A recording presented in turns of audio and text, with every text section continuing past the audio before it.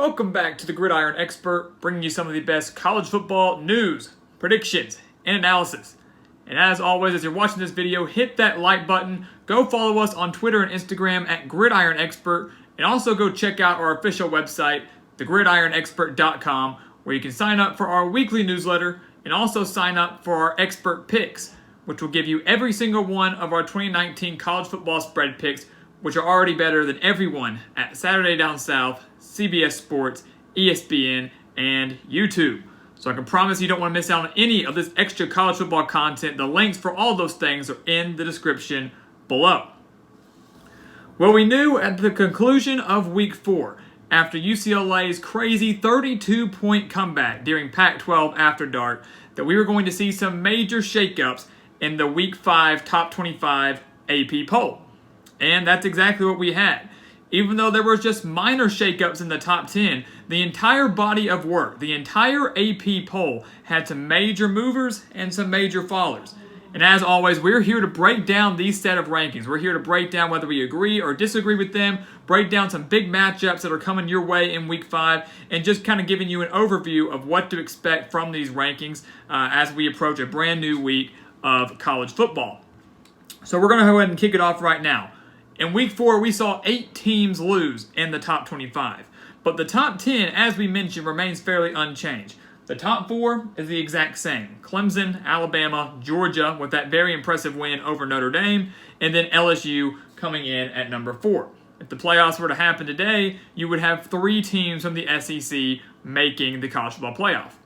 Of course, in a few months, especially once we get through the rest of conference play, that will certainly not be the case. But the top 4 has remained unchanged, and those are by far the top 4 teams in the country, undisputed.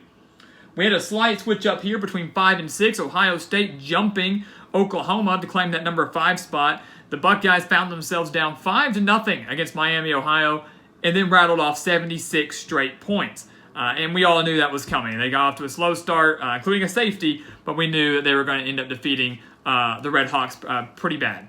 So they jump Oklahoma, who was not playing this week, and Ohio State is looking extremely, extremely impressive. I think a lot of people had questions as to whether Justin Fields was the right man for the job, especially after we saw how he did in the spring. But he has really fit the role perfectly in Ryan Day's offense. Ohio State looking like a college football playoff contender, and right now, by far the favorite in the Big Ten. Although one team Ohio State does have to watch out for in the Big Ten is the newcomer in Wisconsin. Wisconsin makes their debut in the top 10, moving up 5 spots after their 35-14 annihilation of Michigan. So the Badgers moved from 13th to 8th, and rightfully so. They were up 35-0 late in the third quarter. Michigan got some garbage time touchdowns that made the game look a little bit closer than it really was. But Jack Cohn playing extremely well at quarterback. Jonathan Taylor rushed for over 200 yards and 2 touchdowns against that Michigan defense. So he's already solidifying himself once again as a Heisman Trophy contender.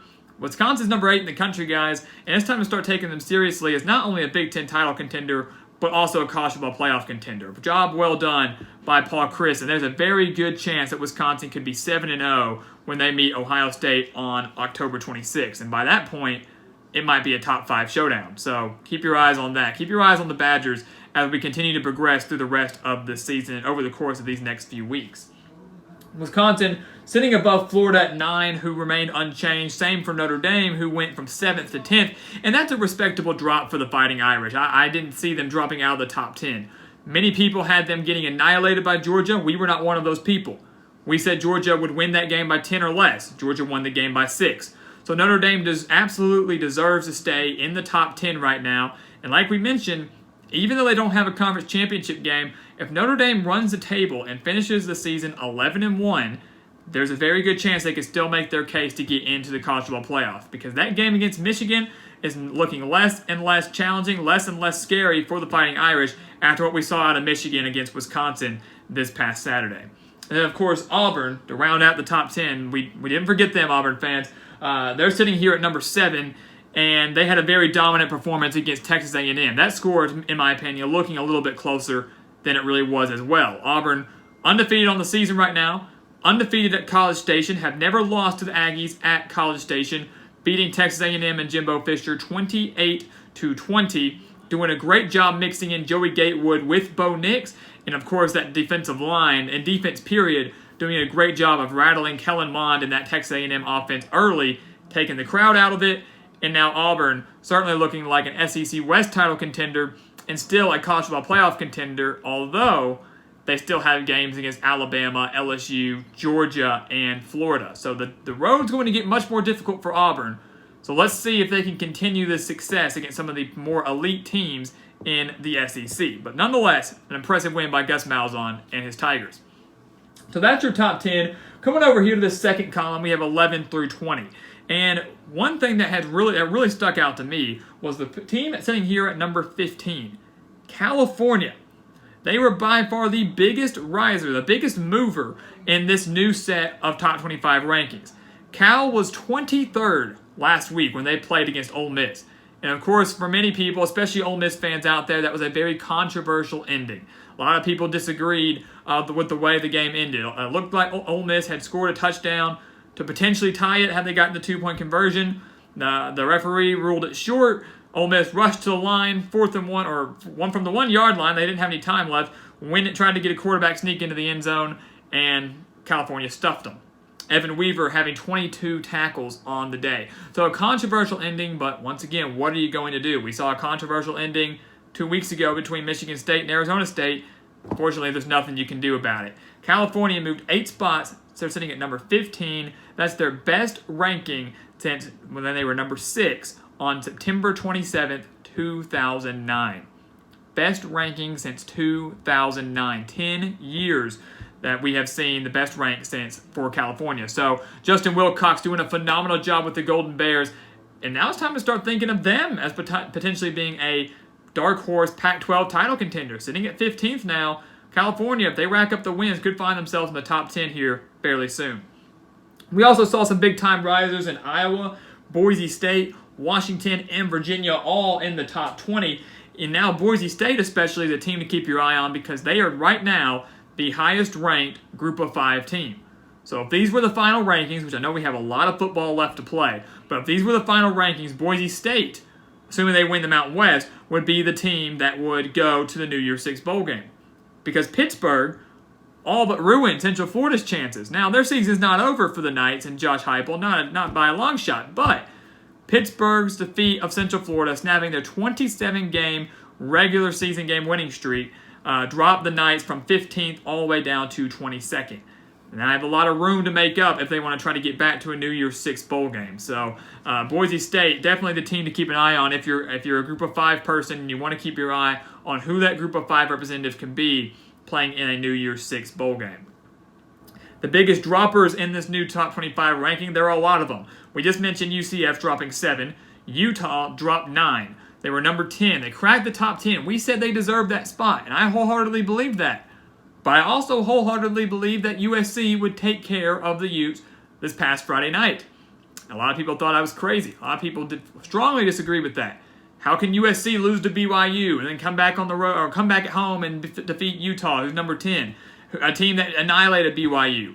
Tyler Huntley, Zach Moss, great defense, you name it, they've got it. USC won, and they won with their third-string quarterback. Utah deserved to drop 9 spots. We knew that was coming. And now they practically all but ruined the Pac-12's chances of getting into the college football playoff. You can still keep your eye on Oregon, who's sitting at number 13 right now, but the Pac-12 looks fairly weak. Oregon is the highest-ranked team. The Pac-12 has 5 representatives in the top 25. That's great, but none higher than Oregon. And I don't think the Ducks, even if they win out, could get into the college football playoff. Michigan also dropped down 9 spots. I'm surprised they didn't drop further. They were sitting at number 11, lost by 21 to Wisconsin. An abysmal performance across the board for Jim Harbaugh and his coaching staff. A coaching staff that I think that needs to be cleaned out. I think it needs to be cleaned out, including Jim Harbaugh. And I think Michigan is on their way to a very disappointing season. And if that is truly the case, 8-4, maybe even 9-3, that Jim Harbaugh could be on his way out of Ann Arbor by the end of 2019. They brought him here to beat Ohio State. They brought him here to win Big Ten titles. They brought him here to get to the college football playoff. And Jim Harbaugh has not been able to do that. And last week's game against Wisconsin certainly showed that Michigan still has a very, very long way to go. So the Wolverines dropping from 11th to 20th. They're going to see if they can get themselves back up into contention for a Big Ten title spot. And then finally, the biggest dropper, or another big dropper, was Texas A&M, who fell to Auburn, as we mentioned. They dropped 6, still sitting at number, what is it now, 23. So, you know, and I don't blame the AP poll for keeping A&M in here. Their 2 losses are to Clemson and Auburn, 2 of the top 7 teams in the country. Held Clemson to 24 points. They lost by 8 to Auburn at home. That's an Auburn game that A&M really needed to win, but they were unable to get the job done. But Jimbo Fisher and his squad still, I think, have a lot of talent, still have the opportunity to win 8 or 9 games in 2019, and they have a very favorable matchup coming up this Saturday when they take on Arkansas. We have 3 newcomers to this top 25, although 2 of them are not as new as many would think. USC, after their win against Utah, jumped back into the top 25. In week 3, they were ranked before they fell to BYU. Week 4, they come back, upset number 10 Utah, and now they are ranked 21st. Same can be said for Michigan State, narrowly getting in there at number 25. They lose at home to Arizona State in week 3, beat Northwestern by 21 on the road, jump back in to number 25. So those 2 teams are back in. And then you've got Kansas State coming in at 24th. And what a job well done by Chris Kleiman. Coming over from North Dakota State, has his Wildcats at 3-0 with a good win on the road against Mississippi State. They've got a big one this weekend against Oklahoma State. And man, I'll tell you what, if they win that game, you can start talking about Kansas State being a sleeper pick for the Big 12 title. I know they still have to get past Oklahoma, Texas, Iowa State, guys like that. But I don't think many, including myself, expected Chris Kleiman to have such a strong start with the Wildcats. So he's proven the haters wrong and proving that you can come from the FCS and have immediate success at a big Power 5 program in the FBS. Job well done by him. Love seeing them succeed. Basing it on representatives, the SEC leads, of course, again, with 6, including 5 teams in the top 10. Half of the top 10 is from the SEC. Guys, you can't make this stuff up. Yeah, you've got some bad teams in the SEC. Arkansas, Vanderbilt, Tennessee, guys like that. But when half of your conference, or half of the top 10 is from your conference, I still think you can make a case for the SEC being the best in the nation. The Big Ten has 6 teams as well in the top 25. The Pac-12, as we mentioned, has 5. The Big 12 has 3. The ACC has 2. The Group of 5 has 2, Boise State and UCF. And then the Independents, of course, the lone team with Notre Dame. So that's your kind of conference breakdown of what's in this Week 5 top 25 poll. And then 2 games to watch out for, of course, which we will cover in our Week 5 predictions. 2 ranked versus ranked matchups. Number 18, Virginia, travels to number 10, Notre Dame, which could arguably be the toughest test remaining on Notre Dame's schedule. Virginia struggled mightily against Old Dominion early on, ended up coming back winning that game like 28-17. Notre Dame hung with Georgia, a game that many people didn't think they would. That Michigan game, like I said, isn't looking as daunting as many thought it would at the beginning of the season. So a big matchup to watch out for there. Same can be said for number 21 USC, traveling to 17th ranked Washington. The last time they met in Seattle, Sam Darnold and USC took care of the Huskies, upset them on the road. Can they do it again? Clay Helton got himself a major win over Utah. Can they get a major win over Washington? Maybe ruin the Huskies' Pac-12 title chances, and a win there would, I think, almost guarantee Clay Helton keeps his job through 2019, for the rest of this season. So 2 huge ranked versus ranked matchups there, and a couple of potential upsets as well coming your way in Week 5. We mentioned that a couple weeks ago, how we didn't have any ranked versus ranked matchups, and we still saw a handful of upsets. In Week 4, only provided us with 3, and then we saw 8 teams in the top 25 lose.